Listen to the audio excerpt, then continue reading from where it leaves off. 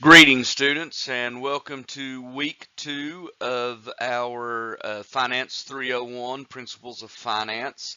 This week we are going to be covering chapters 3 and chapter 4 of the textbook. Chapter 3 deals with investment banking. And our learning objectives for chapter 3 is that by the end of this chapter you should be able to explain the role of investment bankers, describe the components of a public sale of securities, differentiate a best effort agreement from a firm commitment, explain the purpose of a shelf registration and a private placement, identify the regulatory body that enforces the federal securities laws, and then state the primary purpose of the federal securities laws. There are two basic methods that exist for transferring funds from savers to users. And so the indirect transfer occurs through a financial intermediary such as a bank. You lend funds to the bank, which then turns around and lends those funds to the ultimate borrower. The second way is the direct sale of securities to investors in the primary market. So again, our two types of, or two methods for transferring funds from those with funds to invest to those that need the funds, we can do it either indirectly or directly.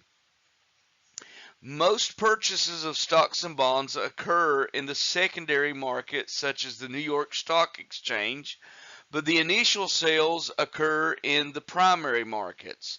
The primary and secondary markets perform different functions. However, both are important to financial institutions. Secondary markets increase your willingness to buy securities because you are assured that you can sell them when you need or want to. And primary markets are the means by which your savings are transferred to firms and governments.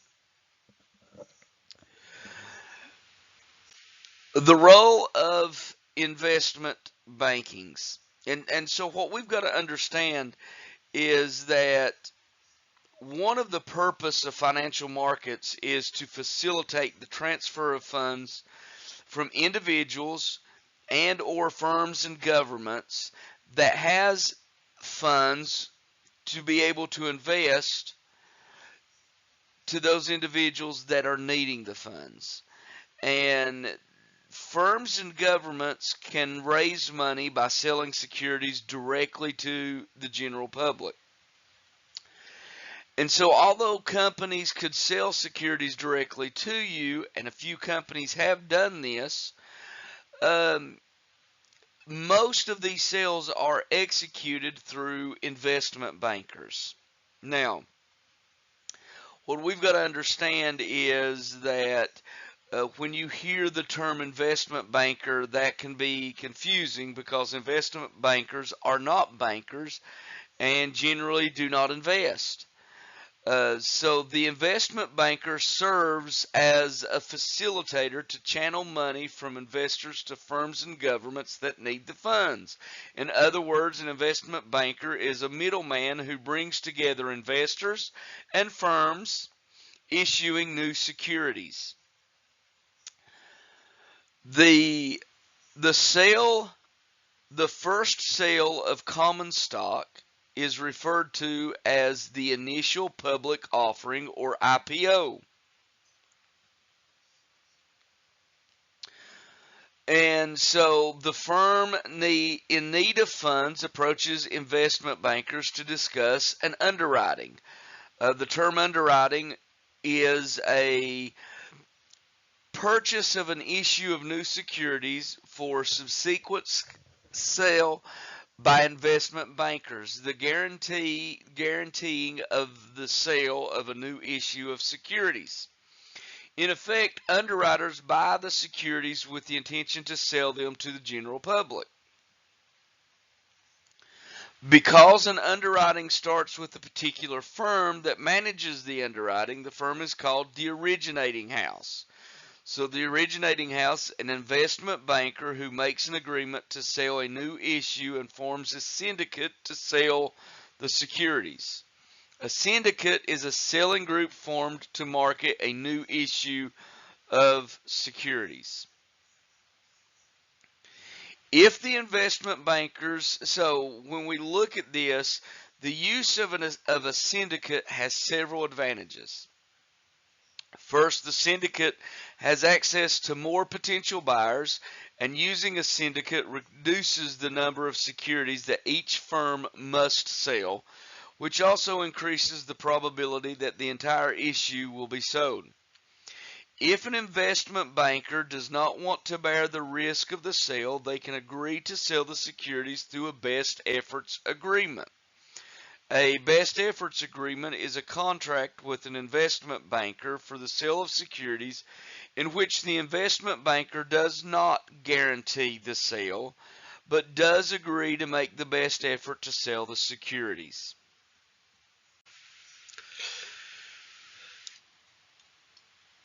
And so you can see here that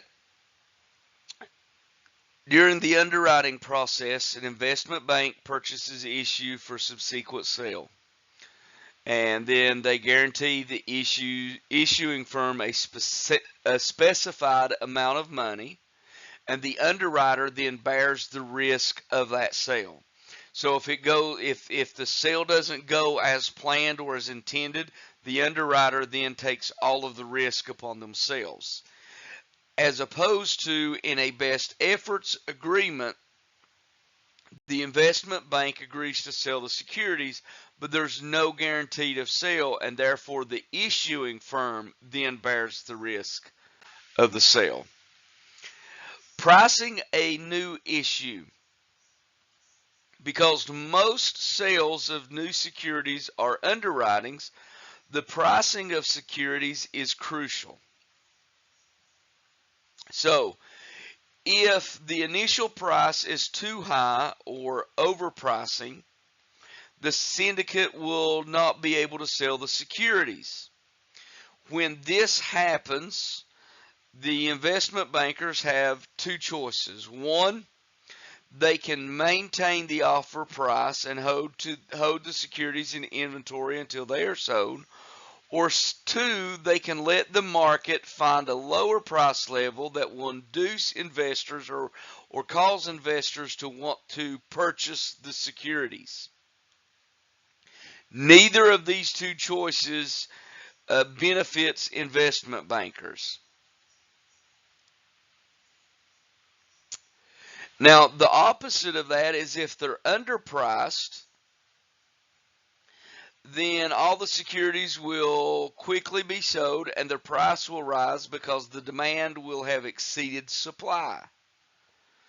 The buyers of the securities will be satisfied. However, for the price of the securities will have been undervalued, then the company that was issuing those stocks will not make as much as they could have if they were priced correctly. Underpricing leads to windfall gains to initial buyers.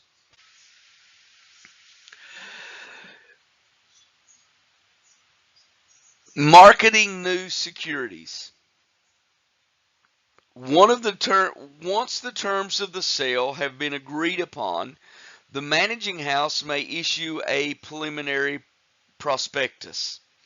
Now, a preliminary prospectus is also referred to as a red herring. It's an initial document detailing the financial condition of a firm that must be filed with the SEC to register a new issue of securities. The SEC is the Securities and Exchange Commission. It's a government agency that enforces the federal security laws. A registration is a process of filing information with the SEC concerning a proposed sale of securities to the general public. So the red herring, it informs potential buyers that the securities are going to be registered with the SEC and may be offered for sale. It also includes detailed document.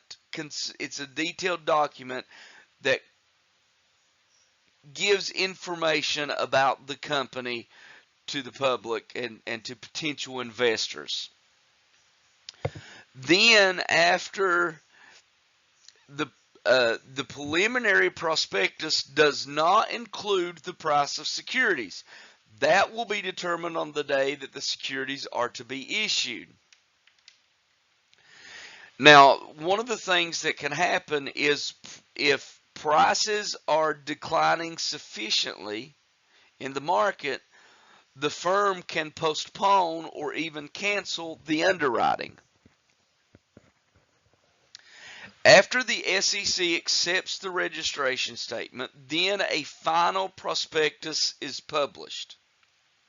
The SEC does not approve the issue as to its investment worth, but does affirm that all the required information has been provided and that the prospectus is complete in format and content.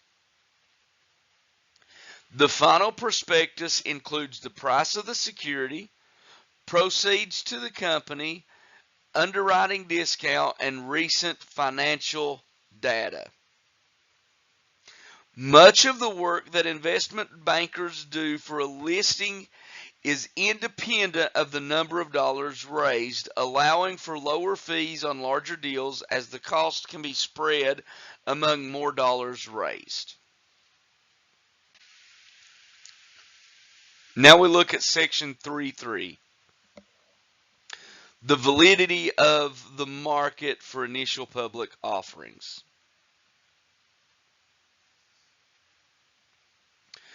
The new issue market, especially for IPOs of common stock, can be extremely volatile.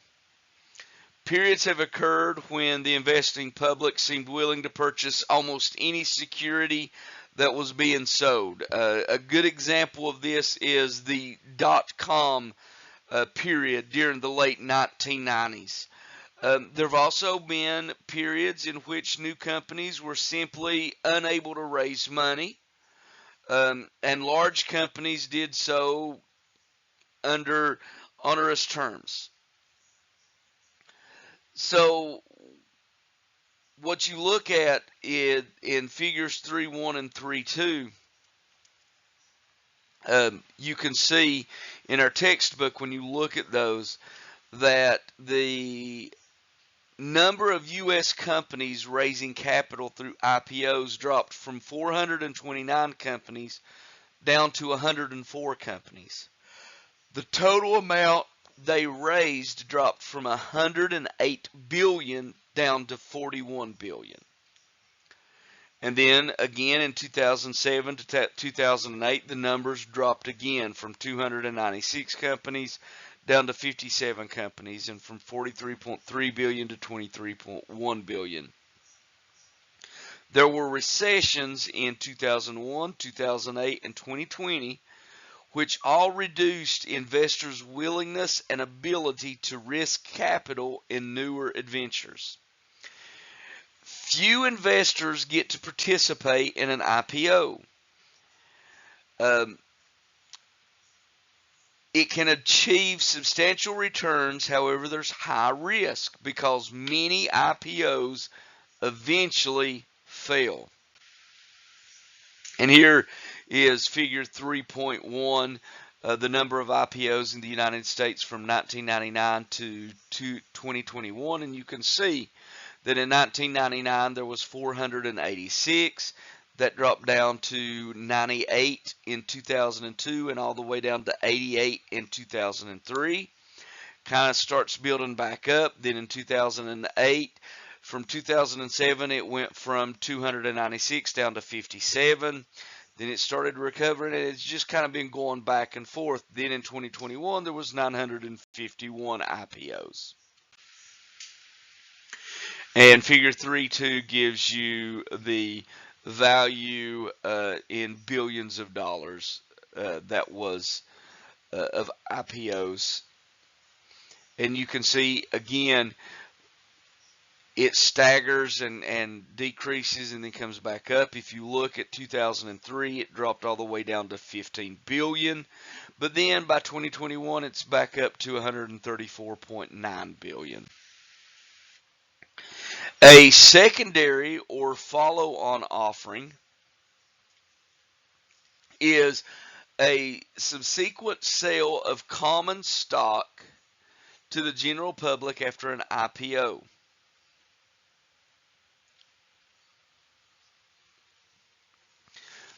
Problem of price for additional shares is eliminated, and there's less need for a detailed prospectus. One of the questions facing the holders of any IPO whose stock price rises dramatically is whether or not the initial performance can be continued or at least sufficiently maintained so the price does not fall. Moderna, a pharmaceutical and biotechnology company, sold shares in 2018 for $23. Now, the price fell to $18.60 on the first day of trading. Less than 3 years later, Moderna shares hit an all-time high of almost $500 per share. Now, I want to put this into perspective for you. If you invested $2,300 in Moderna initially, today that $2,300 investment would be, or once when it hit to $500, that $2,300 investment would have been worth $50,000. That is a huge increase. However, I want to remind you, there are no guarantees in investing. Shelf registration, securities that are securities sold as funds are needed. And so that's where we get into the secondary or follow-on offering. Non-public, a private placement is a non-public sale of securities to a financial institution. All right, let's pause here for a moment. If Amazon issues additional stock through an investment bank, is this an IPO or a secondary offering?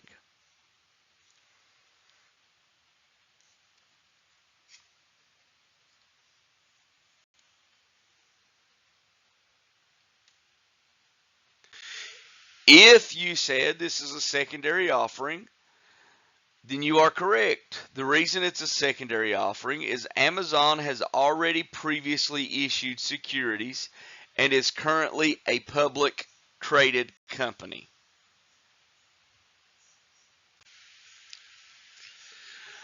Private placement, like I said, is a non-public sale of securities to a financial institution, venture capital firms, or mutual funds. It reduces selling costs, and it also it can be tailor-made for both parties.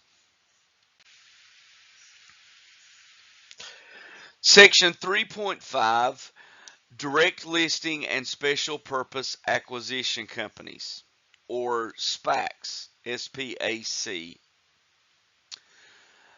This is an alternative way that some companies become public traded. Although most companies become publicly traded through traditional investment bank-led IPOs, two new methods have evolved in recent years: direct listings and special purpose acquisition companies, or SPACs. With a direct listing, Companies generally do not raise capital by selling shares to public investors. Instead, existing shareholders of the privately held firm sell their shares to new shareholders at the same time as the shares become publicly traded on a public stock exchange. So it's the sale of shares. Direct listing is the sale of shares from existing investors to new investors at the same time a company becomes publicly traded. SPACs is a company formed for the purpose of acquiring another company so that the acquiree becomes publicly traded.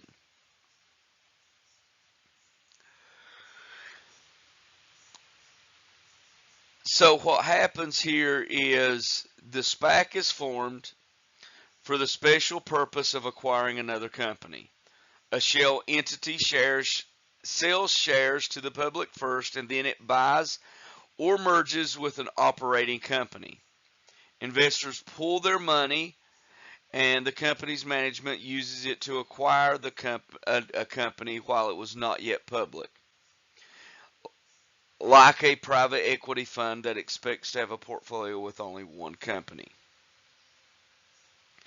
After the SPAC and target effect a business combination and merge, the name of the newly acquired company is retained. The formerly private company is now publicly traded without having done a typical IPO with underwriters.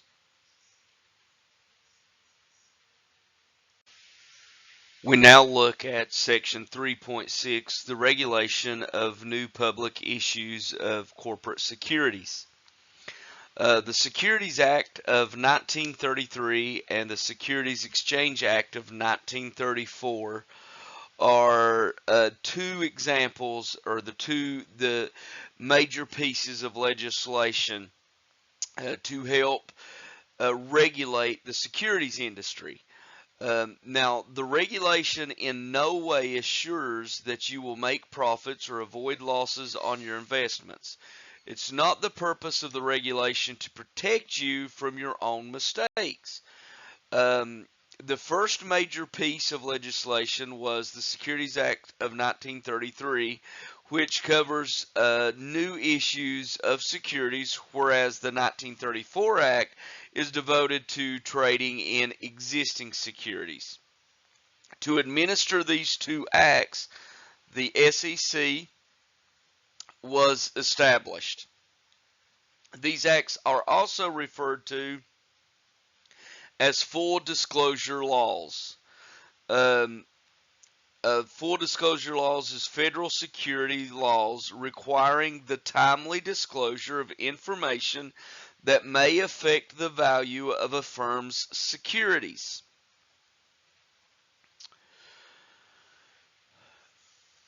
Once the securities are sold to the general public, companies are required to keep current the information on file with the SEC.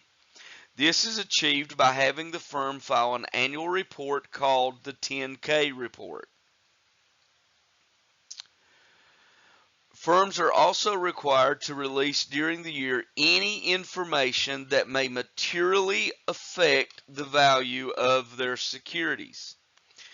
An important note is that the SEC has the power to suspend trading in a firm's securities if the firm does not release this information. The disclosure requirements do not insist that the firm tell everything about its operations.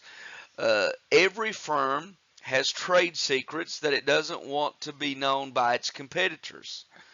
The purpose of the full disclosure is not to stifle the corporation, but to notify the investors so they can make informed decisions, and secondly, to prevent the firm's employees from using privileged information for personal gain. It is illegal to use inside information. Another source of regulation of securities is the Securities Investor Protection Corporation, the SIPC. This is a federal agency that insures investors against failure by brokerage firms. The insurance is limited to $500,000 per customer, of which only $250,000 applies to cash balances. The SIPC does not protect against the decline in the value of securities. It only protects the custody function of the broker deal.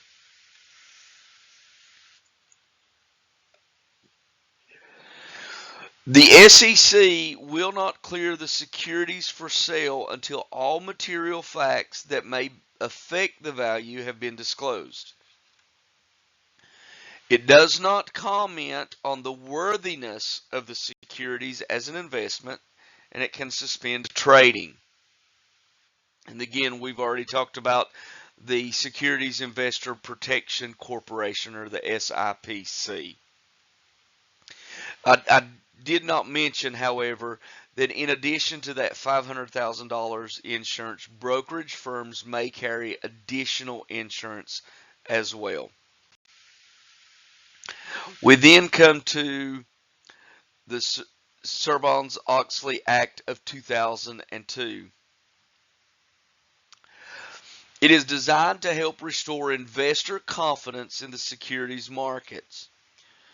The large increase in stock prices experienced during 1998 and into the year 2000, and then the subsequent decline in prices may partially be attributed to fraudulent or at least questionable accounting practices and securities analysts' touting of stocks. And this led to the creation of this act. The independence of the auditors and the creation of the Public Company Accounting Oversight Board. So the main provisions encompass the following: the independence of auditors and the creation of Public Company Accounting Oversight Board, corporate responsibility and financial disclosure, conflicts of interest and corporate fraud and accountability.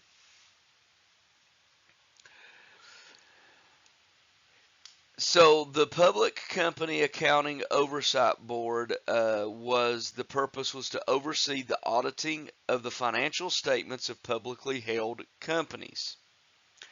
Corporate responsibility and financial disclosure require a publicly held firm's chief executive officer and chief financial officer to certify that the financial statements do not contain untrue statements or material omissions.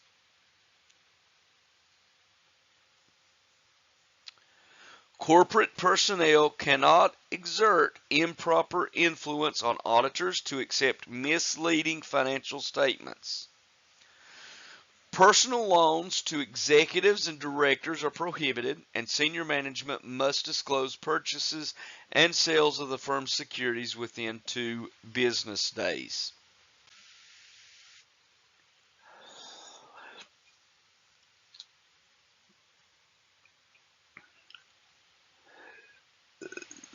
We then come to the Dodd-Frank Act of 2010. This addressed several factors that contributed to the Great Recession between 2007 and 2009. This act created the Financial Stability Oversight Council, the Consumer Financial Protection Bureau, and the Office of Credit Ratings. The Dodd-Frank Act of 2010 is also, when we look at it after the Great Depression in the 1930s, the U.S. Congress had passed the Banking Act of 1933, which had become known as the Glass-Steagall Act due to the name of its sponsors. One of the key provisions of that act separated riskier investment banking from less risky commercial banking, so that risks and losses in the former would not affect the latter. By 1999, much of the Glass-Steagall Act had been repealed by the passage of the Financial Services Modernization Act, also known as the Gramm-Leach-Bliley Act.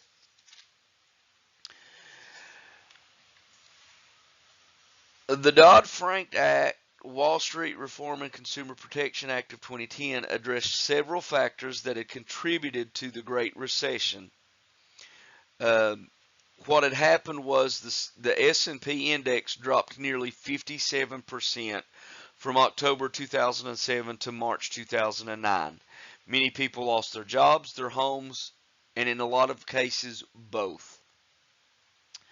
So the Dodd-Frank Act created the Financial Stability Oversight Council, which is tasked with identifying risks to the financial system and reducing the expectation that any institution is too big to fail. The Consumer Financial Protection Bureau writes and enforces rules relating to mortgages, credit cards, and student loans.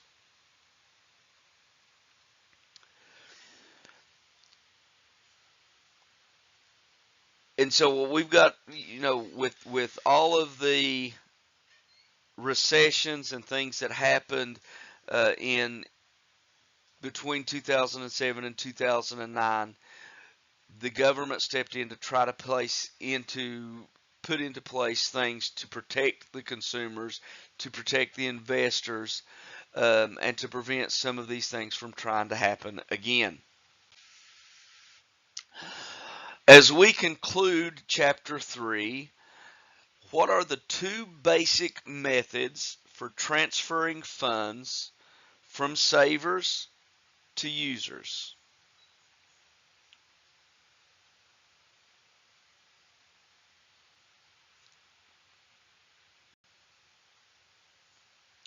Remember, we discussed this. The two basic methods for transferring funds from savers to users are the indirect transfer and the direct transfer. The indirect transfer is through a financial intermediary such as a bank. It's where you lend funds to the bank, which then in turn lends those funds to the ultimate borrower. The direct transfer is the direct sale of securities to investors in the primary market. This will conclude our discussion on Chapter 3.